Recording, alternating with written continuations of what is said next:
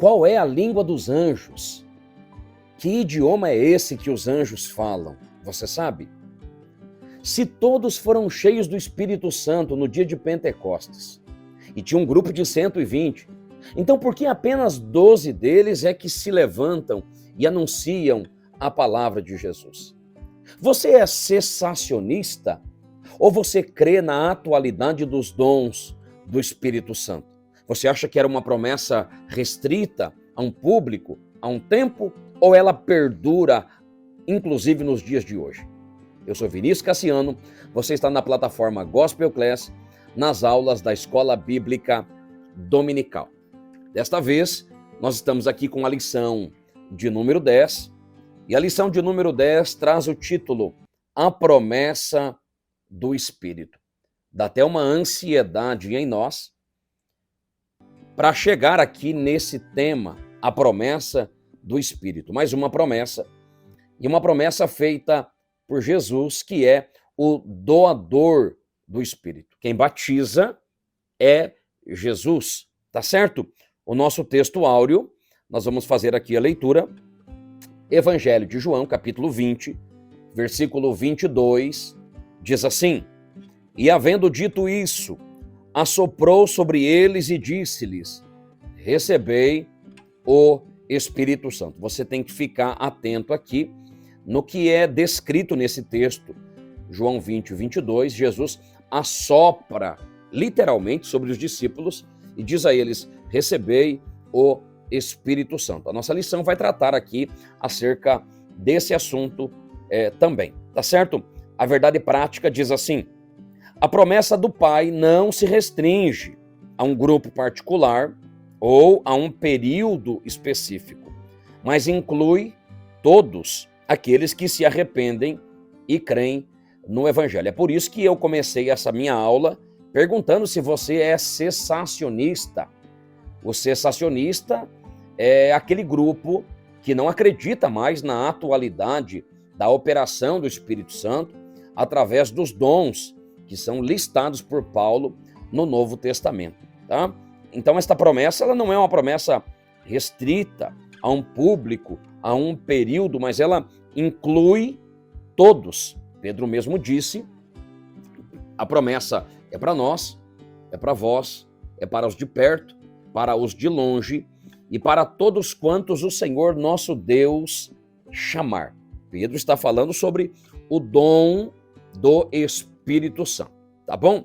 Nós vamos aqui apenas mencionar a nossa leitura bíblica em classe, ela é muito seleta, e nós não temos feito essa leitura aqui, pois certamente ela será feita aí na sala de aula, tá certo? A nossa introdução começa a nos mostrar um pouquinho acerca desta obra do Espírito Santo, esta obra de regeneração, pois o Espírito Santo é aquele que regenera, aquele que traz nova vida.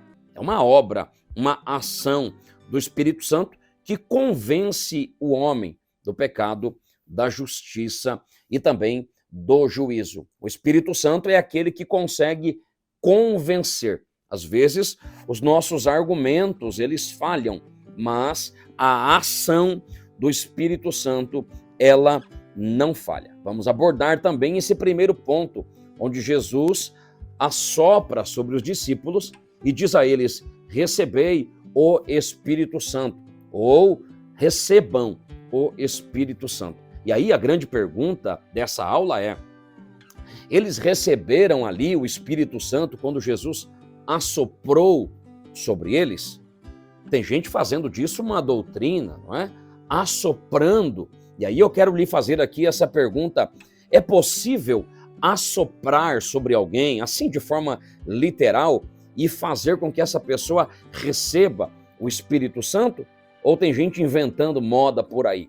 Vamos para a Bíblia para conhecer o que a palavra de Deus nos fala, tá bom? Ainda dentro dessa introdução, nós vamos pegar aqui essa relação de João 20 com o livro de Atos dos Apóstolos, capítulo 2, escrito por Lucas, quando da narrativa do dia de Pentecostes, tá certo? Faremos aqui essa relação para que tenhamos respaldo para aplicar aqui essa lição que o Senhor nos tem dado de presente, tá certo? O primeiro tópico que nós temos aqui, a promessa do Pai.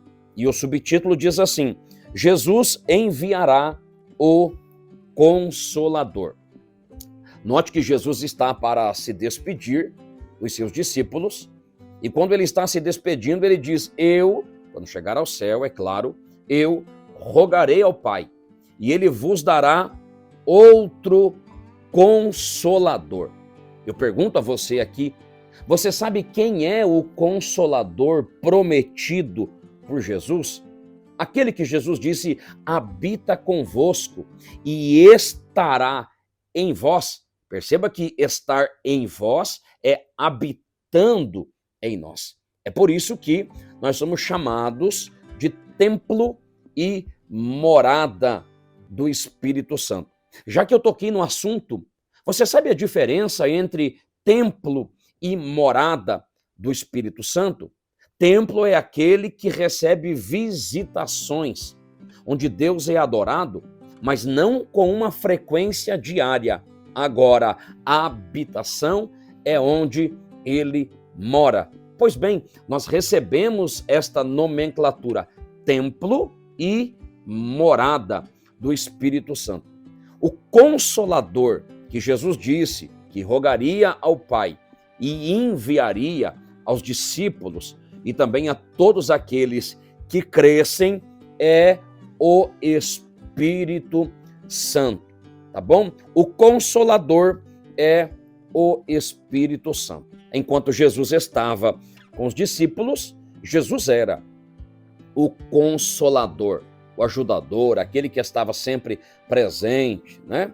Agora, quando Jesus sobe ao Pai, ele roga ao Pai e envia o Consolador. Está fazendo uma menção direta ao Espírito Santo, que é enviado por Jesus. Dentre muitas obras que o Espírito Santo faz, evidencia-se essa atuação na obra da regeneração.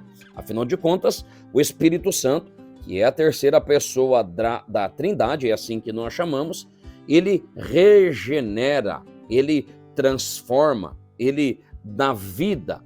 O Espírito Santo fazia, fez e ainda continuará fazendo isso. Afinal de contas, a missão do Espírito Santo em nós é operar essa obra da regeneração, e essa obra fica evidenciada.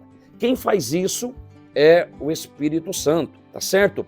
Tem gente um pouquinho confusa aí com relação à missão, à obra do Espírito Santo. Tem gente que ora ao Espírito Santo pedindo que o Espírito Santo cure, pedindo que o Espírito Santo abra portas, que o Espírito Santo faça coisas desta natureza.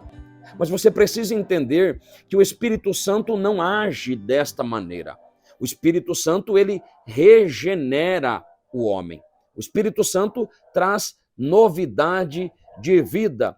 Professor, mas quem é que abre porta? Quem é que cura? Quem é que faz essas coisas todas que nós damos testemunho dos livramentos que Deus nos dá?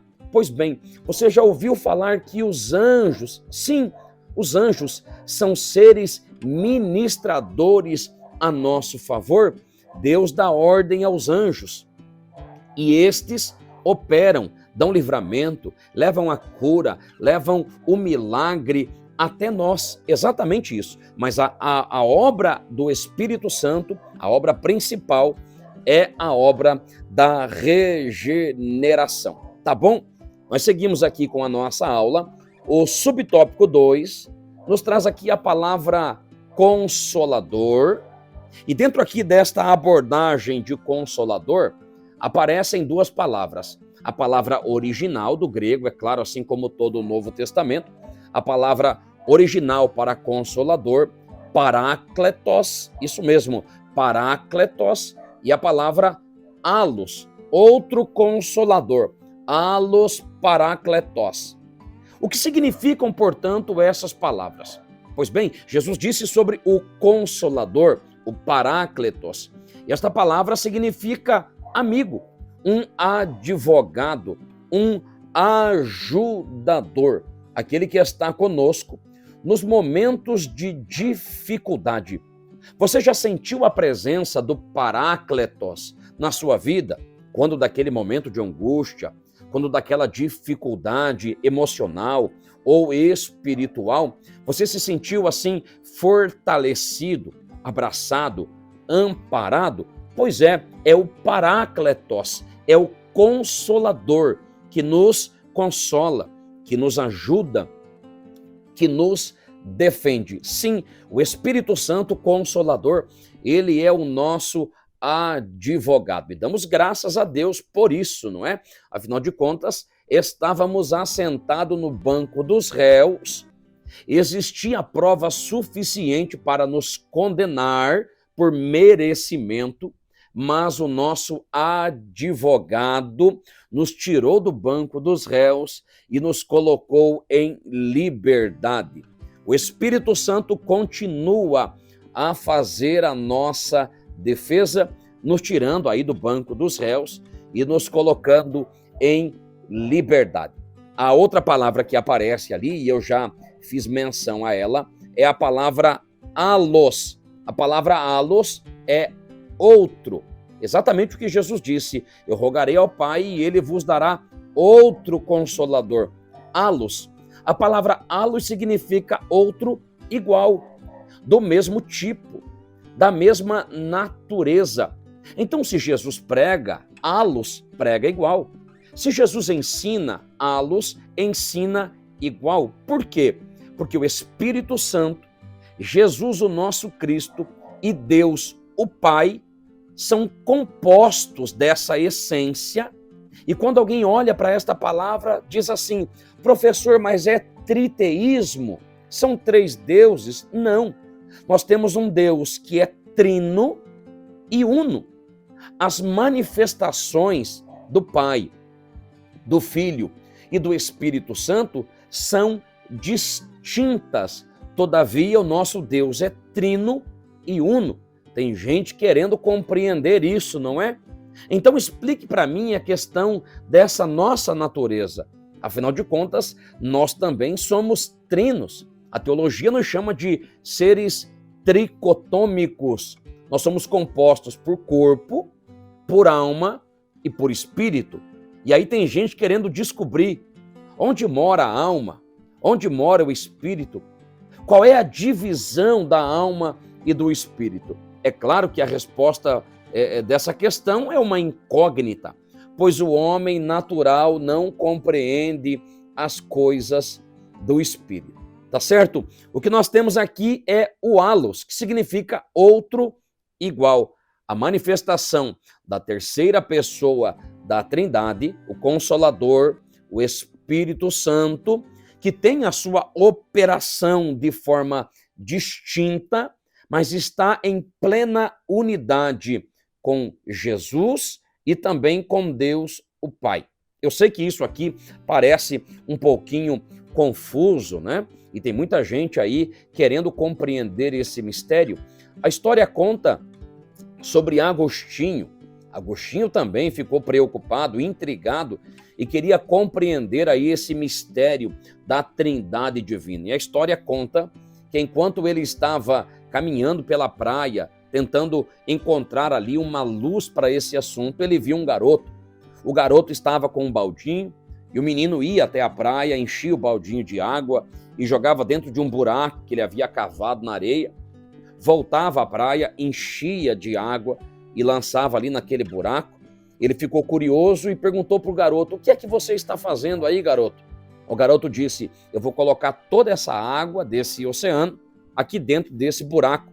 Ele sorriu, mas na mesma hora o Espírito disse a ele: é mais fácil esse menino colocar toda a água do oceano dentro desse buraco do que a mente humana compreender de forma plena o mistério da Trindade divina. Gente, nós somos seres limitados intelectualmente. O nosso Deus é soberano. Os caminhos dele são mais altos do que os nossos. Mas por fé e por argumento bíblico, nós entendemos a manifestação de Deus o Pai, a manifestação de Deus o Filho e a manifestação do allos parácletos, que operava no Novo Testamento e também opera em mim, em você e em todos aqueles que o Senhor nosso Deus chamar. Tá certo? Eu encerro essa minha fala aqui dizendo a perfeita harmonia na Trindade divina. O nosso Deus é trino e uno, tá bom? Vamos seguindo aqui. O subtópico 3 diz assim: não vos deixarei órfãos. Perceba que quem promete é Jesus. Jesus disse: eu não vos deixarei órfãos. A palavra grega aqui para órfãos é órfanos, tá bom? Mas Jesus morreu. Jesus chamava os discípulos de filhinhos. E você consegue imaginar aí a tristeza dos discípulos quando da morte de Jesus, da crucificação de Jesus. Eles se sentiram órfãos, literalmente.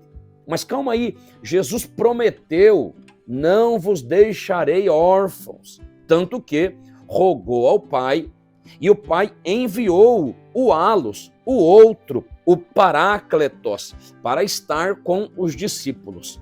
Você crê que Jesus é fiel para cumprir tudo aquilo que prometeu? Jesus é Deus, e Deus não é homem para que minta, nem filho do homem para que se arrependa. Porventura diria ele e não cumpriria? Deus promete e cumpre. Jesus disse: eu não vos deixarei órfãos. E não deixou. Rogou ao Pai, o Consolador foi enviado para estar conosco e também habitar em nós. Tá certo? Jesus não desampara ninguém. Eu quero falar com você, escolhido de Deus. Provavelmente você já se sentiu sozinho em algum momento, é natural. Provavelmente você já se sentiu desamparado, sem amigos, sem família. Talvez até orou e disse: o Senhor me esqueceu. Mas calma aí. O Senhor disse: eu te tenho gravado na palma das minhas mãos. Jesus não desampara. Jesus não esquece de ninguém. Se ele prometeu, então creia. Ele é fiel para cumprir tudo aquilo que promete. Ele vela pela sua palavra. Que a sua esperança seja reacendida com essa fala aqui, tá bom? Precisamos seguir aqui com a nossa aula. Estamos agora entrando no tópico 2. O tópico 2 diz assim: o Espírito habita os discípulos. Eu já tenho dito aqui que o Espírito Santo habita em nós. Ele estaria conosco e habitando em nós. Habitar ali é tabernacular, dá a ideia de armar a sua tenda e fazer morada ali. O Espírito Santo veio para habitar em nós. O que nós temos aqui é essa manifestação de Jesus com o corpo glorificado, se apresenta aos discípulos, os saudando com a paz e assoprando sobre eles o Espírito Santo. Jesus com o corpo ressurreto ali no meio dos discípulos, falando acerca do Espírito Santo que seria derramado, que desceria do céu sobre todos aqueles que esperassem a promessa do Pai. Tá bom? O subtópico 2, e aí a gente faz uma abordagem aqui geral. Qual é o sentido, então, de Jesus assoprou sobre eles? Tem gente fazendo equivocadas interpretações acerca disso. Tem gente fazendo disso uma doutrina. Você já viu alguém assoprando sobre o outro? Dá a impressão de uma transferência de unção. Dá a impressão de que se eu assoprar, aquele que recebe o assopro receberá então o Espírito Santo. Existem muitas interpretações a respeito disso, mas a nossa Bíblia de estudo pentecostal, ela nos traz aqui um ponto muito interessante que nos faz compreender aqui com exatidão por que é que Jesus está assoprando sobre os discípulos. Nós temos que conhecer a raiz da palavra. E a palavra aqui, assoprar, do grego, é infusão. Infusão é a palavra que traz vida.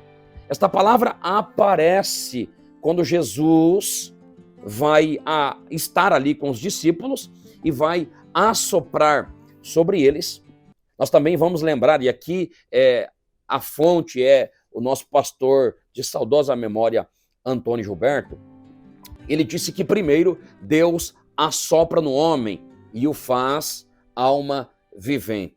Lá no Gênesis, lembra disso? Depois o Senhor assopra sobre os discípulos, aqui em João, para lhes comunicar novidade de vida.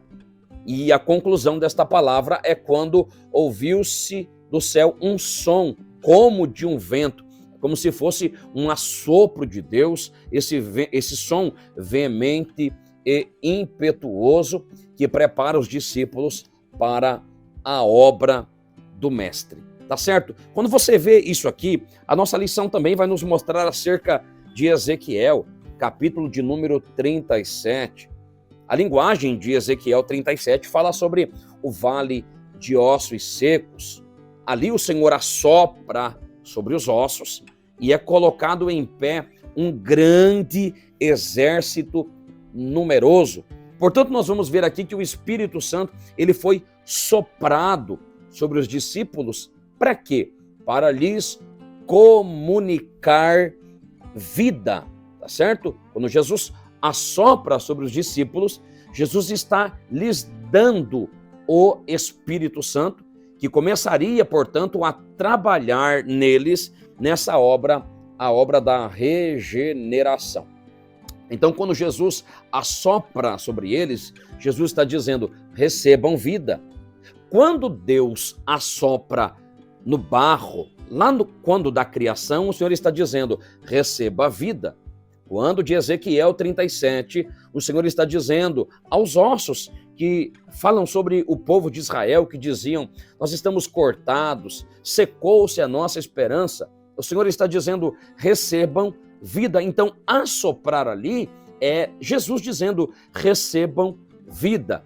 Não tem nada a ver, gente, com transferência de unção, tá bom? Você já deve ter visto alguém assoprando aí sobre outra pessoa para que ela receba o Espírito Santo. Isso não é doutrina bíblica, tá certo? E a gente precisa deixar o texto falar, tá bom? O pregador tem que se calar e ele tem que deixar que a Bíblia fale através dele. E a hermenêutica nos faz entender aqui que Jesus estava comunicando vida através do Espírito Santo, que começaria a partir daquele instante a obra de regeneração em todos aqueles que estavam ali presentes com ele naquele ambiente. Tá bom? Vamos seguindo aqui. O subtópico 3 diz assim, um episódio anterior ao Pentecostes. Então, sim, eles receberam esse assopro de Jesus. Mas alguém vai dizer assim, mas eles só foram batizados com o Espírito Santo depois que Jesus sobe aos céus, depois, quando começa ali a narrativa de Lucas, Atos 1, Atos 2, quando do evento da festa de Pentecostes. Então, como é que o professor está dizendo que eles recebem o Espírito Santo ali? Jesus disse, recebam o Espírito Santo. A aplicação do tempo verbal é do já. Jesus está dizendo a eles, tomem posse, recebam agora o Espírito Santo. Mas e depois, não tem o batismo? Sim, tem o batismo. Quer entender isso? Deixa eu lhe dar aqui dois termos relacionados à chuva, que assim como o Espírito desce do alto. Já ouviu falar sobre a chuva temporã e a chuva seródia? Pois bem, a chuva temporã é aquela que cai para preparar a terra para a semeadura. Essa é a temporã. A seródia é aquela que cai e prepara o fruto para que este seja colhido. Esta aplicação é muito pertinente, de grande relevância aqui, pois quando Jesus assopra sobre eles, a Bíblia faz menção a essa chuva, a chuva temporã. O dia de Pentecostes é relacionado como a chuva seródia, aquela que vem para preparar para a colheita dos frutos. Tá bom? Então, quando Jesus assopra, isso que nós estamos vinculando aqui, usando esse termo de chuva temporã, é que o Espírito Santo começa a regeneração. Eu não posso esquecer aqui de compartilhar com o senhor amigo, aluno, amigo professor da EBD, que essa obra de regeneração, ela é processual. Isso mesmo. Esta obra não é feita da noite para o dia, pois o Espírito Santo continua a trabalhar em nós, nos regenerando. A ação do Espírito Santo faz isso em nós, tá certo? Agora, a segunda aplicação posterior, que eu vinculei aqui à chuva seródia, aí sim é quando da narrativa lucana, quando do dia de Pentecostes, o derramamento do Espírito Santo, que prepararia os discípulos ali para que fizessem a obra do Mestre. Você lembra quantas pessoas tinha aquele dia no cenáculo? Isso mesmo, 120 pessoas. E diz a Bíblia que todos foram cheios do Espírito Santo, não é isso?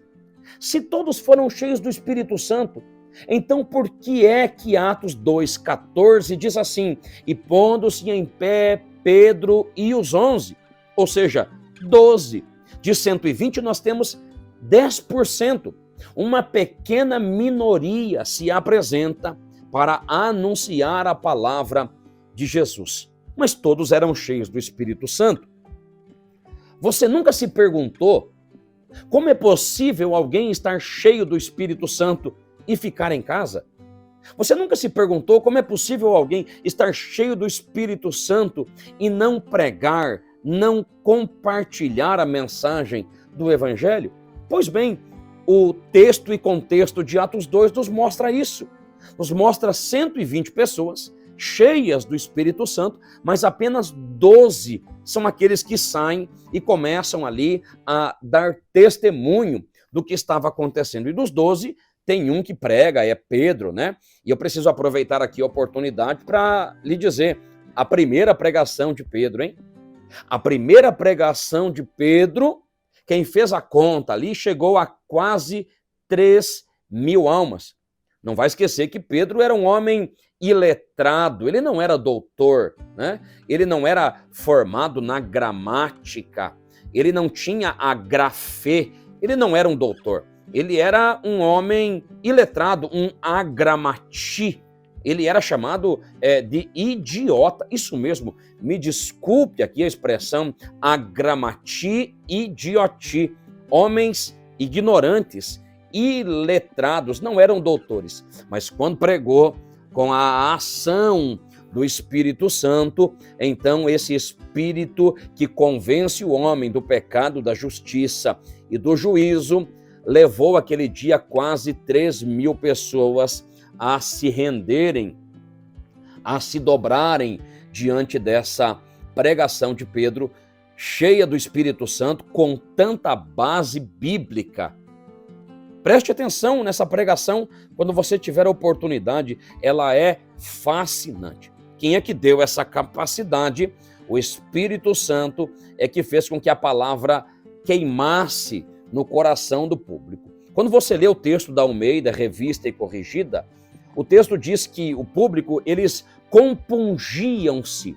Esta expressão, compungiam-se, nos dá exatamente a ideia de rasgar o coração. E quando alguém rasga o coração, então a palavra entra.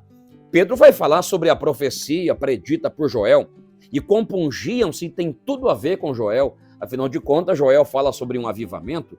E Joel diz assim: ao invés de vocês rasgarem as roupas, rasguem o vosso coração. É exatamente o que Pedro prega e o que o Espírito Santo opera neste dia chamado de dia de Pentecostes, tá bom? Eu aproveito aqui esse gancho, né? E esse dia de Pentecostes é o nosso próximo tópico, o tópico 3, que vai abordar a seguinte frase: a promessa do Pai no dia de Pentecostes. Você sabe por que é que você é pentecostal? Professor, eu sou pentecostal. Por quê? É porque eu acredito na atualidade dos dons do Espírito Santo. Muito bem. Mas você conhece a raiz desta palavra pentecostalismo ou pentecostal? A festa de Pentecostes era uma festa judaica, uma das mais importantes dentre eles, e a festa também é chamada de festa das colheitas. Por que Pentecostes? Lembra de Penta? Pois bem, essa festa acontecia 50 dias após a Páscoa. No 50º dia era a festa de Pentecostes. Os judeus se aglomeravam na Cidade Santa, a cidade se enchia. E foi aí que Lucas começa a narrar e a descrever dessa manifestação extraordinária e espiritual dentro do cenáculo, no meio dessa festa, tá bom? Então, só para você entender, Pentecostes era uma festa judaica, ainda é, na verdade, tá bom? E Pentecostes, para nós, é poder do alto, é revelação, é manifestação do Espírito Santo, mas tudo isso porque o Senhor inaugurou a igreja de forma espiritual na festa de Pentecostes. Deixa eu lhe perguntar aqui uma coisa, você sabe onde a igreja nasceu? Alguém vai dizer, a igreja nasceu no dia de Pentecostes. Eu vou dizer não, ela foi inaugurada no dia de Pentecostes. A igreja nasce na cruz, quando o nosso Cristo diz, está consumado. Esta obra é inaugurada nesse dia da festa de Pentecostes, dando poder e capacidade espiritual para todos aqueles que ali estavam. A expressão que nós mais gostamos é essa aqui, de repente. Exatamente essa expressão, de repente. 50 dias após a Páscoa, eles estão reunidos no cenáculo e tinham o hábito das orações, mas nesse momento da descrição lucana, eles estavam todos assentados na mesma casa e de repente veio do céu um som, não tinha vento. Tem gente dizendo aí que o vento encheu a casa. Talvez seja por isso que alguns assopram no microfone, né? Para fazer o negócio do vento. Ouviu-se o som como de um vento veemente, impetuoso, e o som do vento encheu a casa onde estavam assentados e foram vistas por eles línguas como que de fogo, que eram repartidas. Mais uma do pastor Antônio Gilberto. Essa revelação do Espírito Santo, ela pode ser ouvida. O barulho do Espírito Santo pode ser ouvido. E ouviu-se do céu um som. Mas também isso pode ser visto. E viram línguas como que de fogo. Mas isso não é apenas meu. O Espírito Santo repartiu com todos os presentes. É por isso que nós dizemos, nós ouvimos a manifestação do poder. Nós vemos a manifestação do poder e nós percebemos que o Senhor compartilha. Afinal de contas, Ele continua a batizar. Note um ponto aqui de grande relevância, que quando Jesus é assunto aos céus, e Paulo vai fazer menção a essa manifestação, dizendo que Jesus se apresenta ali, foi visto por um grupo de cerca de 500 irmãos, eles descem para a oração, mas no cenáculo só tem 120. Eu já ouvi alguém pregando que 380 desviaram e apenas 120 permaneceram. Irmãos, nós não temos base nenhuma para afirmar isso. Afinal de contas, os forasteiros que estavam ali levaram a palavra do evangelho para as suas cidades, para o seu reduto. A igreja de Roma foi fundada por estrangeiros que ninguém sabe exatamente quem é, mas que provavelmente estavam ali no dia de Pentecostes. Então, é errado nós falarmos isso aqui, que 380 desviaram e apenas 120 perseveraram. Na verdade, os 120 estavam reunidos, mas tinha manifestações de batismo do Espírito Santo, até mesmo entre os gentios, tá bom? Então a gente precisa ter essa visão periférica, panorâmica, para que a gente não faça confusão aí na cabeça dos nossos alunos, tá certo? A frase é conhecida, já virou jargão, já virou clichê, é uma frase que, se não estou enganado, é uma frase de Billy Graham, mas ela diz assim: esteja preparado, o de repente de Deus acontece em dias normais. O dia é um dia natural, uma segunda-feira, daquelas que a gente acorda desmotivado, na maioria dos casos, né? Quem sabe Deus não preparou esta segunda-feira, ou esse domingo de manhã gelado, para cumprir em nós esse de repente. O de repente de Deus muda tudo. O de repente de Deus comunica a vida. O de repente de Deus nos prepara para a obra do ministério. O de repente de Deus pode acontecer agora, enquanto aprendemos aqui esta palavra que Ele tem nos ensinado. Afinal de contas, a promessa é para mim, a promessa é para você, e o Senhor continua a derramar do seu poder sobre todo aquele que busca e crê na manifestação do Espírito Santo. Que coisa extraordinária, não é mesmo?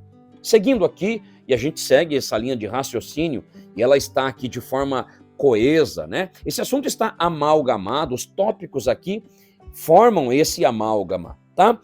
O subtópico 2 diz assim: e todos foram cheios do Espírito Santo. Eu gosto disso. Eu gosto disso porque Jesus não batiza apenas um ou dois. Jesus batiza todos. Eles estavam em oração, no mesmo lugar, esperando a mesma coisa. E Jesus não batizou apenas o grupo que ele escolheu, o colégio apostólico. Ele batiza todos, e todos foram cheios do Espírito Santo. Enquanto eu começo aqui a tratar sobre esse assunto, eu preciso lhes perguntar: como é que a gente sabe quando alguém é cheio do Espírito Santo? Eu aprendi e quero compartilhar contigo aqui. Você lembra daquele método antigo de se medir o tempo? Usava-se aquele objeto, você ainda encontra por aí, chamado ampulheta, era usado para medir o tempo. Ele tem dois compartimentos, um com uma areiazinha fina e o outro vazio. E quando você o vira, eles começam a equalizar ali a areia até que um fique vazio e o outro cheio. Você já deve ter visto isso. Ser cheio do Espírito Santo não significa o quanto eu tenho dele, mas sim o quanto ele tem de mim, o quanto ele me domina, o quanto ele me faz caminhar conforme a sua vontade. Tem gente aí equivocada dizendo: eu estou vendo alguém pulando, saltando, segurando o anjo pelo calcanhar, e é uma expressão que a gente usa muitas vezes. A grande verdade é que, para se identificar alguém cheio do Espírito Santo, é apenas observá-lo. Como é que o Espírito Santo conduz a sua vida? E aí nós vamos testificar. Está aí alguém, de fato, que é cheio do Espírito Santo. Voltando aqui ao nosso raciocínio, todos foram cheios. É vontade do Senhor nos manter cheios. Ele nos enche.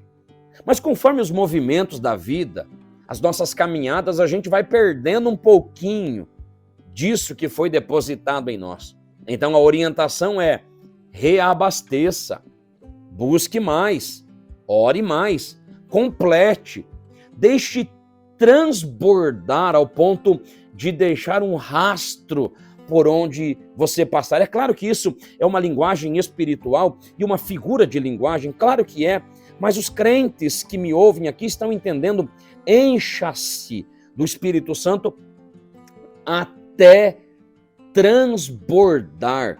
Não se conforme em estar ali com a luz da reserva acesa, mas busque estar cheio. Todos foram cheios. A vontade do Senhor é que nós estejamos aqui sempre cheios. Todos foram. E o Senhor ainda quer que nós venhamos buscar esse reabastecimento do Espírito Santo. É necessário esse revestimento de poder. E aí alguém pode ser que pergunte na sala de aula: esse revestimento do Espírito Santo, ele é para nos santificar? Ou ele é para nos preparar para a obra do Mestre? A resposta traz a sua ambiguidade, sim. O Espírito Santo nos leva à santificação, mas ele também, através dos dons, ele nos capacita para a obra do Mestre. Mas eu preciso esclarecer aqui uma coisa: o Espírito Santo não faz a obra no meu lugar. Ele não vai fazer. Ele é o meu ajudador, tá bom? Quando você lê Marcos 16, versículo 20 ali, os discípulos estão descendo e a Bíblia diz que enquanto eles pregavam, o Senhor é o Espírito, cooperava com eles, confirmando a palavra com os sinais. Então é mais ou menos assim: eu faço e ele me ajuda, eu molho o pé, caminho e ele me dá força para continuar caminhando. Tem gente esperando o Espírito Santo fazer tudinho por ele. Isso não será assim. Eu dou o meu passo, eu me esforço e o Espírito Santo me ajuda. E para você não achar que é um texto deslocado apenas do Novo Testamento, lembra do líder Josué? Pois bem, o Senhor disse para ele: esforça-te e eu te ajudarei. Lembra disso? Portanto, nós não podemos ser isentados desse esforço que é da nossa competência. Nós precisamos nos esforçar e o Espírito Santo, Parácletos, ajudador, ele nos ajuda, nos levando a buscar a santidade e também nos capacitando para a obra do Mestre. Aqui, quando todos foram cheios do Espírito Santo, e aqui a gente acaba já entrando no próximo tópico, e eu preciso aqui fazer esse apanhado, nós temos aqui um padrão bíblico. E todos foram cheios do Espírito Santo e, da continuidade, e começaram a falar em línguas estranhas. Agora sim, o que é que nós temos aqui? Nós temos uma evidência inicial e física de alguém que é batizado com o Espírito Santo. Foram cheios do Espírito Santo, começaram a falar em línguas estranhas. Os alunos de Parham, talvez você lembre dos ensinamentos de Parham, os alunos de Parham criaram a tese, e essa tese é a tese usada por nós, da Assembleia de Deus no Brasil, a tese de que a evidência inicial, porque ela não acaba aqui, né? Ela é inicial, a evidência inicial e física, não espiritual, a evidência inicial e física de alguém que é batizado no Espírito Santo é o falar em línguas estranhas. Você crê que o Senhor continua a dar línguas estranhas? Pois bem, deixa eu lhe contar, eu tenho visto o Senhor batizar com o Espírito Santo. Por isso, afirmo aqui, dentro desta minha aula, Jesus continua a batizar com o Espírito Santo, ele continua a encher com o Espírito Santo. Alguém pode se perguntar assim, mas eles receberam o Espírito Santo quando Jesus soprou e agora foram cheios do Espírito Santo? Como que fica isso? Ah não, professor, eles foram batizados no Espírito Santo. Você já assistiu um batismo? No batismo você tem o candidato ao batismo, você tem o batizador e você tem a água, que será ali mergulhado o candidato ao batismo. No derramamento do Espírito Santo, nós temos o candidato, eu, você. Nós temos o batizador, que é Jesus que batiza. E nós temos esta água, o rio de água viva, o Espírito Santo. Perceba aqui a unidade dessa palavra. Eles foram cheios do Espírito Santo, batizados no Espírito Santo. Aí o pastor Antônio Gilberto, ele deixa aqui um texto e ele escreve sobre pneumatologia e paracletologia. Ele diz o seguinte: uma garrafa pode estar cheia de água e não ser, diz ele, batizada no Espírito. É o exemplo que ele dá. Mas se essa garrafa estiver cheia de água e imersa em água, então ela está cheia do Espírito e também imersa, batizada no Espírito. Isso me faz entender que o crente ele pode estar cheio do Espírito, o Espírito está regenerando a vida dele, mas ele ainda não é batizado. Agora, quando ele é batizado, então essa água, que é simbolizada pelo Espírito, essa água está dentro, mas também ele está imerso nessa água. É mais ou menos dentro dessa linha de visão que o pastor Antônio Gilberto nos apresenta aqui sobre o ato de ser cheio e batizado no Espírito Santo, fazendo menção aqui para elucidar aqui essa visão teológica sobre João 20 e Atos, capítulo de número 2. Eles começaram a falar em outras línguas. E aí Paulo vai fazer uma citação na carta que escreve aos Coríntios: ainda que eu falasse a língua dos anjos. E tem gente falando mais do que Paulo falou. Paulo fala apenas isso e mais nada sobre a língua dos anjos. E eu preciso perguntar aqui, que língua que o anjo fala? Sim, os anjos são seres que vivem no céu com Deus e cantam, santo, santo, santo. Pois é, mas que língua é essa que os anjos falam? Tem gente querendo inventar aí idioma. Mas quando Deus manda anjo para falar com Zacarias, o anjo fala, Zacarias entende. Zacarias é de fala grega, também conhece o hebraico de seus pais. Quando o anjo fala com Maria, Maria entende. Quando no Antigo Testamento o anjo fala com Josué, Josué entende ali a língua hebraica. Portanto, o anjo fala do jeito que eu entendo. Anjo, angelo, mensageiro. Imagine um mensageiro ser mandado por Deus para falar comigo e falar em um idioma que eu não entendo. Gente, isso não é possível. Deus fala de um jeito que nós entendemos. Até porque a Bíblia é a revelação verbal de Deus. E a Bíblia, Deus revelou a sua palavra para nós. Por isso que eu digo, você precisa entender as Escrituras. E aí tem promessa, né? Bem-aventurado aquele que ouve e aquele que lê, aquele que entende as palavras da lei de Deus. Tá bom? Eu preciso encerrar aqui esse meu raciocínio para não deixar aqui muito extenso e enfadonho, tá certo? Mas nós temos aqui 2 pontos a serem compreendidos. Eles falaram em línguas estranhas. E aí pode ser que essa dúvida surja, seja levantada na sala de aula. Esses 2 termos, glossolalia e xenolalia, tá certo? Alguém vai dizer línguas estranhas. Línguas estranhas, xenolalia. Ninguém sabe o que está sendo dito, tá certo? Língua estranha. A glossolalia, que nós vemos aqui, é um idioma não estudado. E quando você lê Atos 2, os discípulos estão falando isso que nós chamamos de línguas idiomáticas. Exatamente porque os que estavam do lado de fora diziam assim: não são todos galileus esses que estão aí dentro?